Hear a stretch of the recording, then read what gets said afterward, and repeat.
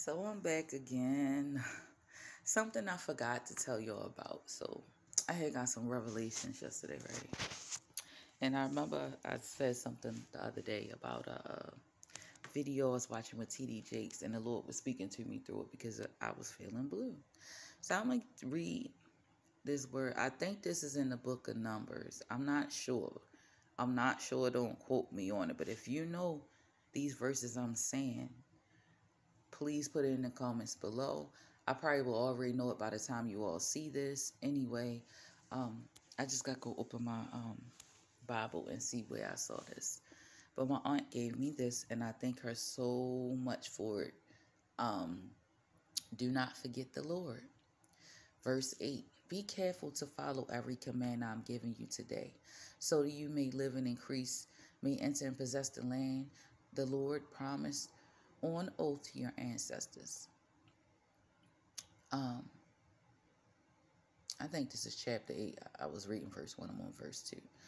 Remember how the Lord your God led you all the way in the wilderness these 40 years to humble and test you in order to know what was in your heart, whether or not you would keep commandments. 3. He humbled you, causing you to hunger, and then feeding you with manna, which neither you nor your ancestors have known, to teach you that man does not live on bread alone, but on every word that comes from the mouth of the Lord. Your clothes did not wear out, your feet did not swell during these 40 years. Verse 5. Know in your heart, know then in your heart that as a man disciples his son, disciplines his son, so the Lord your God disciplines you. 6. Observe the commands of the Lord your God, walking in obedience to him and revering him. 7. For the Lord your God is bringing you into a good land, a land with brooks, streams, and deep springs gushing out in the valleys and hills. 8. A land with the wheat and barley, vines, and fig trees, pomegranates, olive oil, and honey. 9. A land where bread will not be scarce and you will lack nothing. A land where the rocks are iron and you can dig copper out of the hills. 10. When you have eaten and are satisfied, praise the Lord your God for your good land he has given you. 11. Be careful that you do not forget the Lord your God, failing to observe his commands, his laws, and his decrees that I am giving you this day. 12. Otherwise, when you eat and are satisfied, when you build fine houses and settle down. 13. And when your herds and flocks grow large and your silver and gold increases and all you have is multiplied.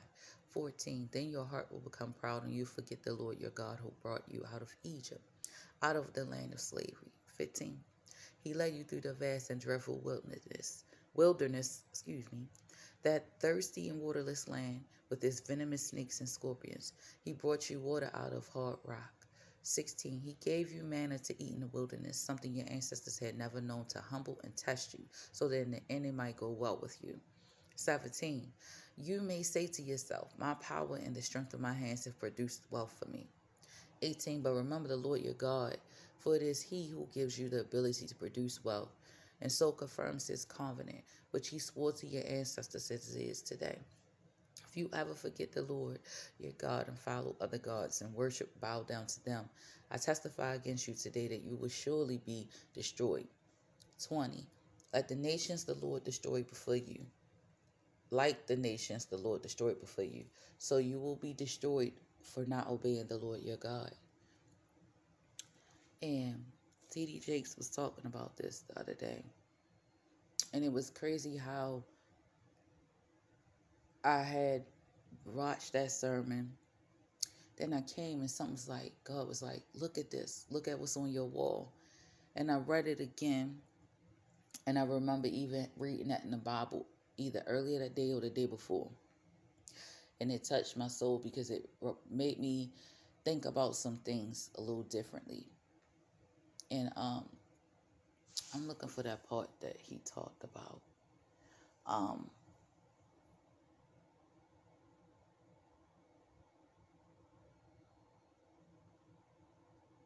He said, you cannot live on, to teach you the man does not live on bread alone, but on every word that comes from God. And he was talking about that, yes, the Bible is the word from God for us, right?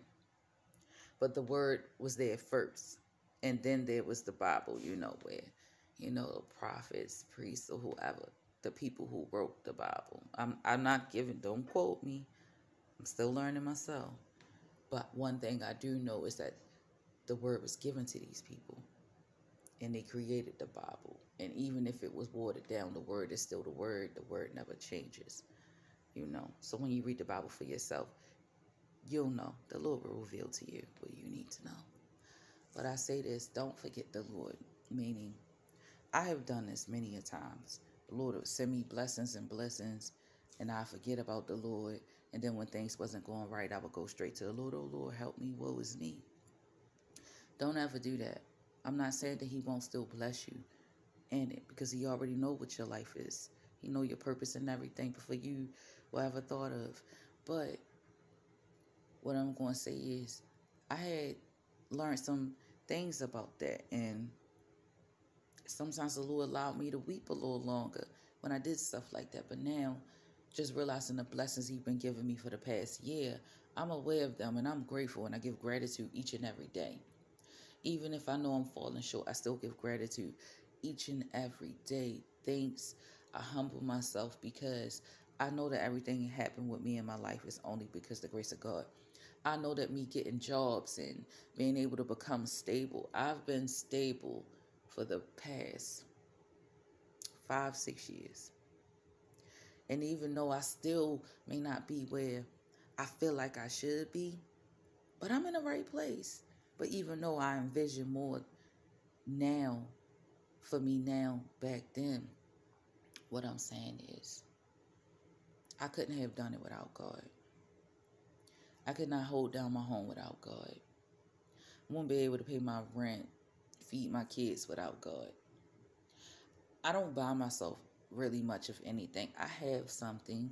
You know, if I have to go somewhere, I figure out what to do. But I'm not going to say I've never been, because before I had kids, I was a shoe hoarder. I don't even value these kind of things. I don't value any possession I have. The only thing I enjoy about it is the fact that I have it now and it's mine and no one can take it from me. That's it. Because I know what it's like to not have nothing, not to have your own room, to have nothing but you and your clothes, you know.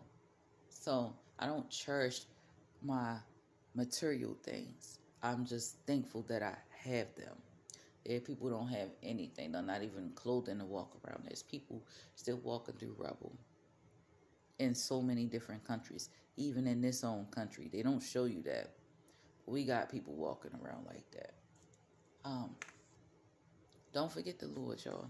Don't forget where your help comes from.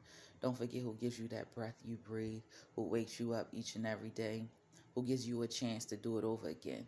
Yesterday may have been a bad day for you, but if you're able to open your eyes today, you can make today better. Make the choice to make today better. And one thing I learned about starting your day off is like, you know, you gotta be to work at 9 a.m. So go to bed a little early so you can get up at least 2 hours in advance and have your moment with God. And even if it's not God, whoever you believe in, I don't know. I'm not going to tell you what to do. We're not, because I don't like to fight about religion and spirituality with people. I believe. So, I'm going to leave this here. Start your day off with a positive thought, even if it's not you going straight to the Bible, because I know it takes time to build up that relationship. What I'm saying is, do some personal care or something before you get your day started, because I noticed that with doing so, you invite positive energy into your life. I notice when I'm up this early, because working at a type of job that would have me up this early anyway, so now I'm not afraid, or I don't care about being up this early anymore, because I notice when you're up this early, you get so much done by 8 a.m. So the early bird gets the worm, right? Get up earlier than what you should each and every day. Sit in silence, meditate, pray, write down something, do something positive before your day gets started.